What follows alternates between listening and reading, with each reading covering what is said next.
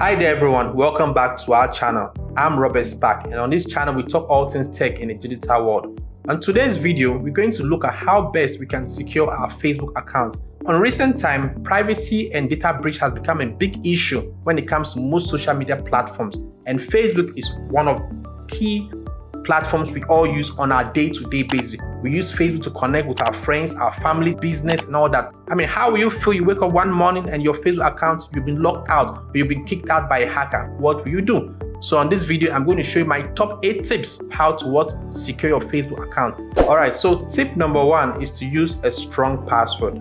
Now, what do you mean by strong password? Do we have weak password? Do we have strong password or what? Anyway, this is what we mean by strong password. When it comes to creating a password for a social platform, you have to not use common phrases which everyone uses. People use password 123, people use computer 123. Those are common phrases and they are very guessable for anyone to guess. Some people even use their date of birth, their full name, and probably their numbers.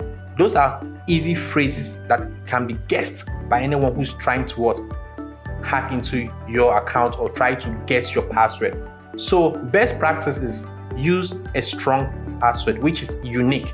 And when we say strong and unique password, what we mean is you're going to combine letters, numbers, and special characters, and you have a length. Best practice says that your password should be 12 characters. You don't need a password that is below 6. Below 6 is considered weak, but from 10, 12 is considered a strong password. I have seen crazy scenarios, people even using 20 characters. I mean, if you can remember, that is good for you. But I would really advise that you use a strong and unique password. And there are tools to be able to, which will guide you in doing that. For me personally, if you find it difficult to remember your password, then you can use what we call a password generator. Now, there's so many password generators out there, and even the much sweeter thing is we even have password managers. Now, password managers, what they do is they generate a password for you and even store it for you. So you don't really need to remember, but if you have good memory, that's fine. Combinations of different letters. I mean, if your day-to-day, you can remember that, you have some superpowers anyway. So you can just definitely use a password manager. Most platforms like Google Chrome browser comes inbuilt with a password manager. So you could use that. Either you're using an Android or an Apple iPhone, they all come inbuilt. But I would recommend, because you have a Google Gmail account and use Chrome, you could use the inbuilt password manager, which will definitely create a solid password for you, store it as well for you, and basically that takes you away from writing your password in your notebook or your diary. So my key tip number 1 is to use a strong and unique password.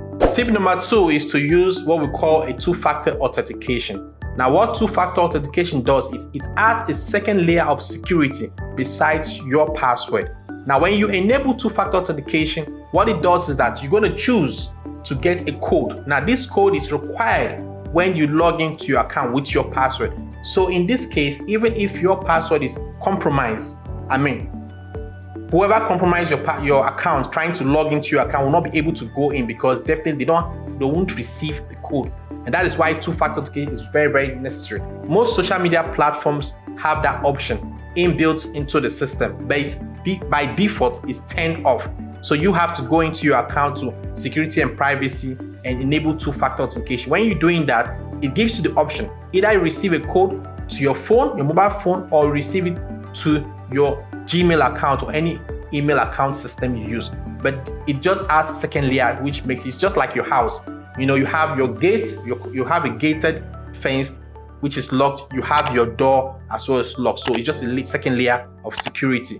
So I would recommend that you enable two-factor authentication on your Facebook account. So even if your password is compromised, they will not have access to the code that will be sent to you, either on your mobile or on your email account. Tip number 3 is to be cautious of third-party apps and softwares you install on our computer. Now, I won't stress so much about this. I have seen, accounts secured with strong password and even two-factor authentications, but they made a mistake by installing the wrong app on their phone and even on their PC, and they just got hacked. I mean, imagine you slept, you woke up in the morning, you go into Facebook, and what happens? your Facebook is asking you to log in. You check your Gmail that probably you use in creating the account, and it tells you that someone logged into your account and kicked you off. It happens. And most of these issues comes because we installed the wrong app on our phone and on our PC. And that was a malicious software which we gave access and privilege to what? Compromise our PC and devices. So when it comes to softwares you're going to install on your PC for whatever work you want to do, it's best you go to the right source to get it if you're downloading it, or you purchase a genuine software to use. Because I can tell you that there are many softwares online. Most of them are all compromised, pirated softwares, and they give hackers access to your PC. And you know what?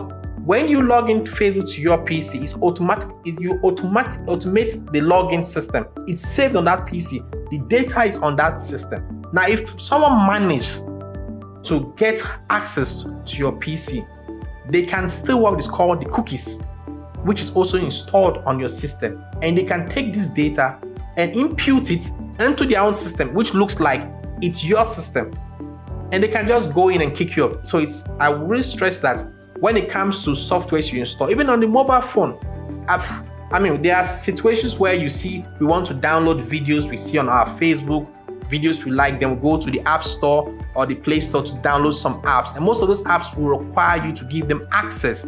Now, most of these apps, most of them are actually compromised, and when you give them access, you download the app, you give them access, what they do, a matter of time, they kick you off. So I'll definitely stress that if you're going to download an app on your phone to work with your Facebook or any of your social media platforms, you need to do your research properly before installing it. Even if on your PC, make sure you get the right softwares. You don't use pirated softwares, because I've seen a lot of people using pirated softwares, and that is a key issue.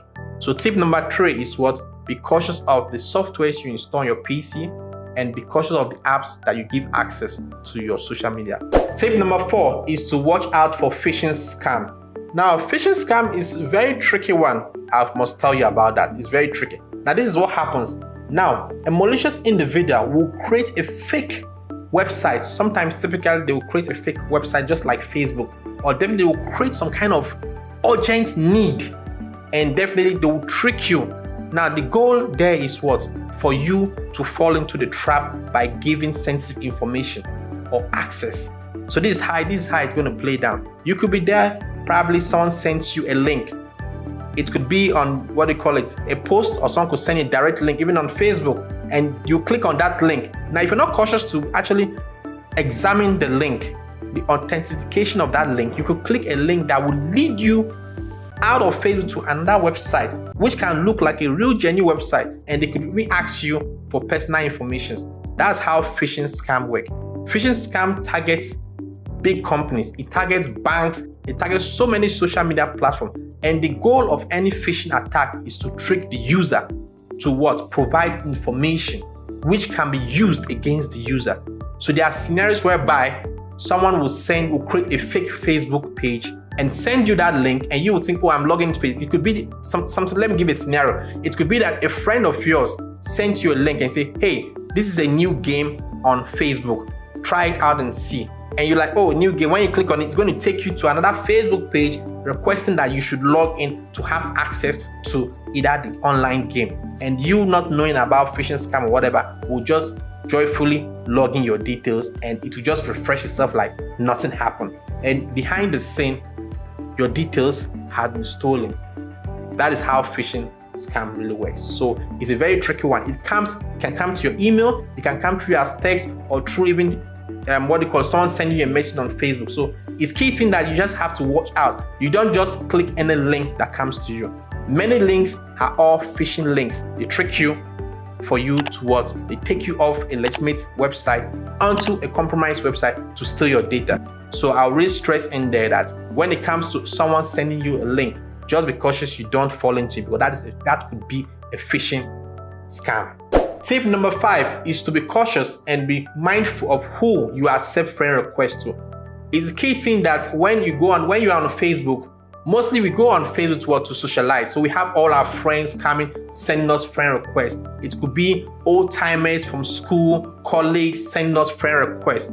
But there are cases whereby we find individuals or people that we don't even know sending us friend requests. At times, it could be a mutual friend. Yes, it happens. But at times, it could be an individual you don't even know from Adam. Now, it's key thing to do your own personal investigation to find out who that could be.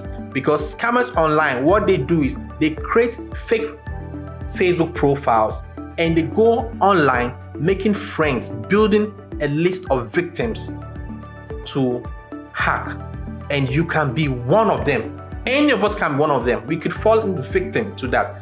So when it comes to someone sending you a friend request, you need to actually do your own digging online to see who is this person, where is this person coming from, try to find the motive, and just be cautious of who you're giving access to your friend list. Look at this scenario. Someone sends you a friend request, you don't know the person, he or she from wherever, you accept the person's friend request, you've given the person access to certain details, depending on the privacy settings you have also set for yourself. Now, I'll tell you something.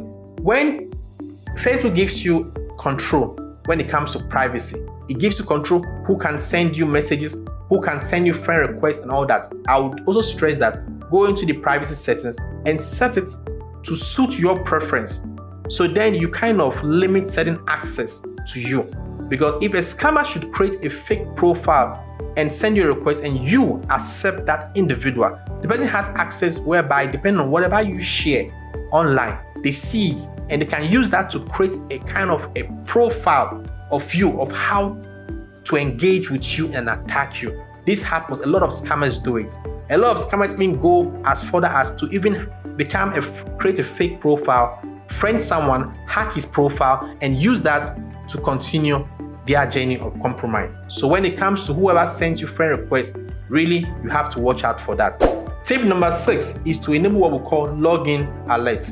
Now, Facebook has this security feature and the security section where you can enable login alert. What it does is that in case someone or when someone somewhere in the world is trying to log into your account from a different location, an unauthorized machine, Facebook has a security feature whereby on your mobile device and your PC, which you use most of the time, Facebook recognizes. So if you're in Ghana, they know you're in Ghana. If you are in Nigeria or wherever in the world, they know. If someone from India, Pakistan, or even Russia, or wherever in the world makes an attempt into logging into your account, Facebook will send an alert to your email that we recognize, we've noticed or we've detected that someone is trying to log into your account, and they ask you, is it you, or you don't recognize it, then you take an action. Now, it's a good feature, I could definitely tell you, but it's also key that you always check your email regularly. Whichever email you use, you have to check it regularly, because time to time there are notifications being sent, and most of us, because of our busy schedules, we hardly go into our email to check these notifications. Sometimes even our phone's notification doesn't even pop out because we have too many notifications dropping into our phone, so we mute it.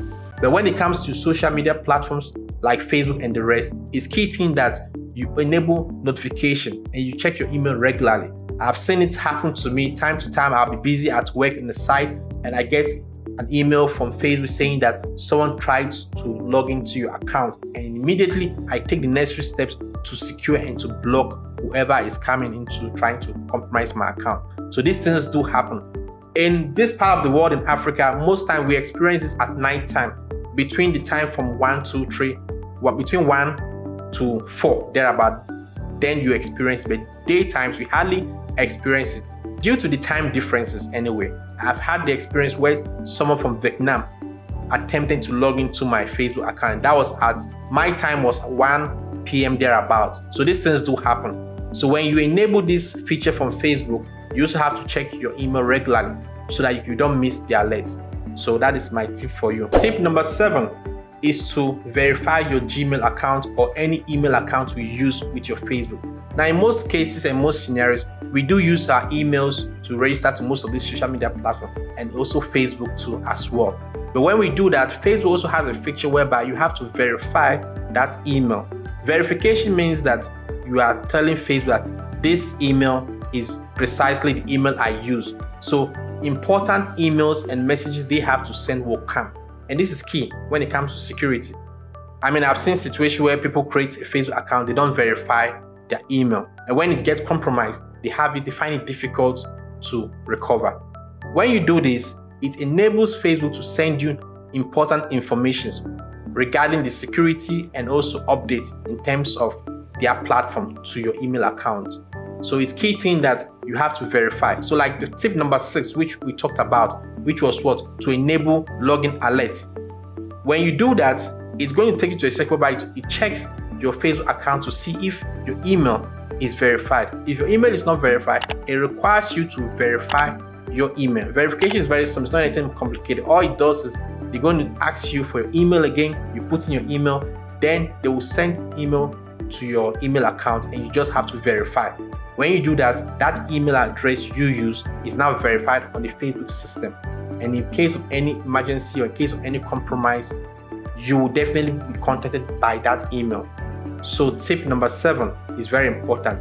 Make sure you verify your email account you use with Facebook. Tip number 8, last but not the least, is to keep your devices up to date.